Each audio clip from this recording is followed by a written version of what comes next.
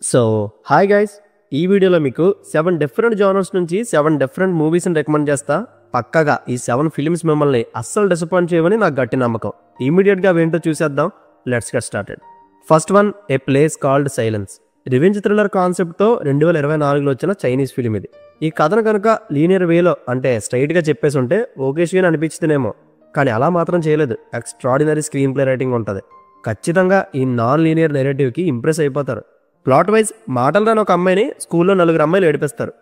Cut చేస్తే ఆ 4గురిలో 3 అమ్మాయిలు చనిపోతారు. ఎవడు ఎందుకు చంపాడు అనేది సస్పెన్స్.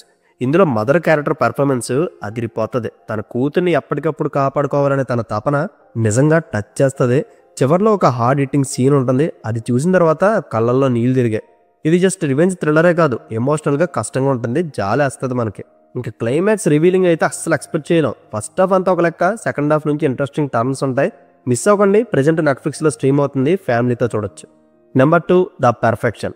అసలు ఈ మూవీ స్టోరీని సీరియస్గా తీసుకోవాలా లేదా ఫన్ మేనర్లో ఆలోచించాలో అర్థం కాలేదు. చాలా డిఫరెంట్గా ఉంటుంది.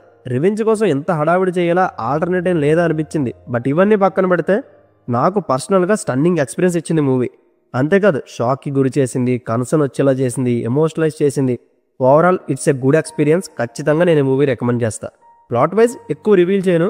2 టాప్ క్లాస్ మ్యూజిక్ స్టూడెంట్స్ ఉంటారు. అందులో ఒక అమ్మాయి మెంటల్లీ సిక్ అవుతుంది. అది తట్టుకోలేక తనని తానే హింసించుకోవాలనుకుంటుంది. తన పక్కనే ఉంటూ ఆ సెకండ్ గర్ల్ ఎలాంటి సపోర్ట్ ఇచ్చింది అనేది మూవీలో చూడాలి. ఇది జస్ట్ ప్లాట్ లైన్ అంతే. లోపలికి వెళ్తే కానీ అసలైన మ్యాటర్ అర్థం కాదు. స్క్రీన్ ప్లే ఇందులో మేజర్ రోల్ ప్లే చేస్తుంది. మనం ఎక్స్పెక్ట్ చేయని ట్విస్ట్లు ఉంటాయి. అవి రివీల్ చేయగానే డెఫినెట్గా అస్ట్రక్ అయిపోతాం. Just 90 minutes run time. తెలుగులో లేదు, నెట్ఫ్లిక్స్లో స్ట్రీమ్ అవుతుంది. Watch it individual. Number 3, twisters. ఈ మూవీలో ఉండే విజువల్ ఎఫర్ట్స్కి లిటరల్లీ స్టన్ అయిపోతారు. బడ్జెట్ కూడా చాలా గట్టిగానే ఖర్చు పెట్టారు. అండ్ ఆ పిక్చర్ క్వాలిటీ మీకు స్క్రీన్ మీద కనబడుతుంది. ఐమాక్స్ స్క్రీన్లో థియేటర్ ఎక్స్పీరియన్స్ చేసిన వాళ్ళు మాత్రం అదృష్టవంతులు అనాలి. ఇది ఒక అడ్వెంచర్ థ్రిల్లర్. కొంతమంది గ్రూప్ ఆఫ్ ఫ్రెండ్స్ కలిసి టార్నడోను కంట్రోల్ చేయాలని ఒక ఎక్స్పెరిమెంట్ చేస్తుంటారు. ఈ డిజాస్టర్ అటాక్ని వాళ్ళు ఎలా కంట్రోల్ చేశారు, ఎన్ని ప్రాణాలు కోల్పోయారు, ఫైనల్గా వాళ్ళు అనుకున్నది ఎలా అచీవ్ చేశారు అనేదే స్టోరీ విషయం పక్కన పెడితే అది మనకు అంత రిజిస్ట్ అవ్వకపోవచ్చు. కంప్లీట్ ఫోకస్ అంతా విజువల్స్ మీద ఉంటుంది. ఆ టార్నడో ఎఫెక్ట్ మన కళ్ళ ముందు జరిగితే ఎలా ఉంటుందో అంత బాగా డెలివరీ చేశారు. ఇలాంటి స్టోరీని అటెంప్ట్ చేయడమే రిస్క్ అనుకుంటే దాన్ని ఇంత బాగా ఎగ్జిక్యూట్ చేసినందుకు మూవీ టీంని మెచ్చుకోవాలి. డెఫినెట్గా చూడండి, అస్సలు మిస్ అవ్వద్దు. జస్ట్ 2 hours రన్ టైంతో హాట్స్టార్లో స్ట్రీమ్ అవుతుంది. అడల్ట్ కంటెంట్ ఏమి ఉండదు. Number 4, comma. క్రిస్టోఫర్ నోలన్ తీసిన ఇన్సెప్షన్లో కలల్లోకి క్యారెక్టర్స్ ఎలా వెళ్ళిపోతారో అలాంటి యూనిక్ కాన్సెప్టే ఈ మూవీలో కూడా ఉంటుంది. కాకపోతే ఇక్కడ డ్రీమ్స్లో కాదు, వేరే డిస్టోపియన్ ప్రపంచంలోకి ఎంటర్ అవుతారు. అది కూడా యాక్సిడెంట్ అయ్యి కోమాలో ఉన్న వ్యక్తి. ఇలాంటి ఎంతోమంది కోమా పేషెంట్స్ ఈ ప్రపంచంలో ఉంటుంటారు. ఉండి ఏం చేశారు అనేది మూవీలో చూడాలి.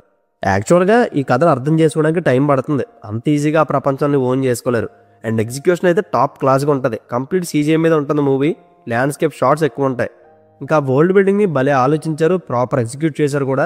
ఈ అటెంప్ట్ని ఎవరైనా అప్రిషియేట్ చేయాల్సిందే. డిఫరెంట్ కైండ్ ఆఫ్ కాన్సెప్ట్ ఇది.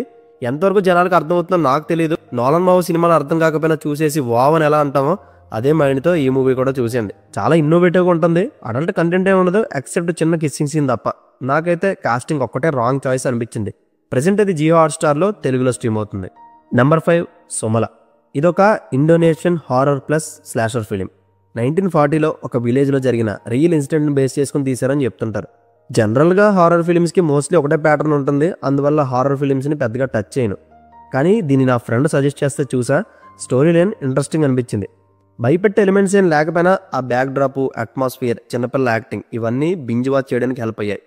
ప్లాట్ విషయానికి వస్తే రిచ్ ఫ్యామిలీలో ఉండే ఒక ఆమె ఎన్ని చేసిన పిల్లలు పుట్టకపోవడంతో ఎవరో చెప్తే బ్లాక్ మ్యాజిక్ చేసి ఆమె దగ్గరికి వెళ్తుంది. ఆమె వల్ల ట్విన్స్ పుడతారు.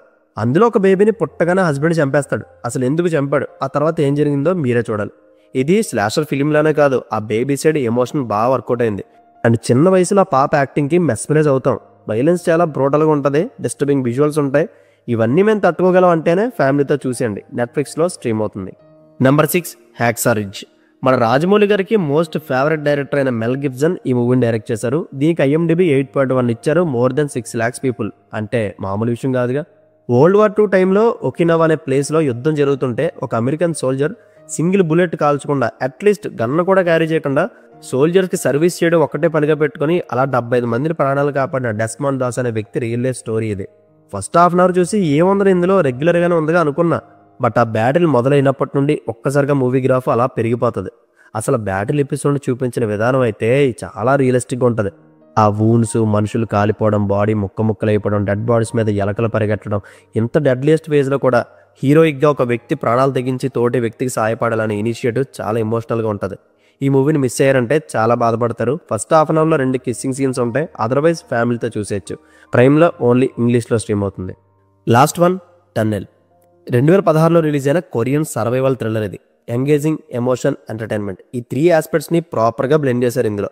ఎటువంటి ల్యాగ్ అనేది లేకుండా వితిన్ 10 minutes లోపే కథలు ఎంటర్ అయిపోతారు. ప్లాట్ వైజ్ 1 month బ్యాకే ఫ్రెష్గా కట్టిన ఒక లాంగ్ టన్నెల్లోకి లీ అనే వ్యక్తి కార్తో ఎంటర్ అవుతాడు. మిడిల్లో ఉండగా టన్నెల్ మొత్తం కూలిపోతుంది. అతను బయటికి తీసుకురావడానికి రెస్క్యూ టీం ఎంత కష్టపడింది, అతను ఎలా సర్వైవ్ అయ్యాడు. ఈ స్క్రీన్ ప్లే అంతా కొంచెం అక్కడక్కడ బోర్ఫీల్ తెచ్చిపెట్టినా ఫినిష్ అయ్యేటప్పటికి మంచి సాటిస్ఫాక్షన్ ఇచ్చింది. ఇలాంటి సినిమాలకి సినిమాటోగ్రఫీ చేయడం చాలా కష్టమైన పని. చుట్టూ రాళ్ళతో ఉండిపోయిన ఆ ప్లేస్లో జస్ట్ చిన్న గ్యాప్స్ యూజ్ చేసుకుంటూ ఫ్రేమింగ్తో అతనికి ఎక్స్పీరియన్స్ ఇవ్వడం గ్రేట్ జాబ్ అనాలి.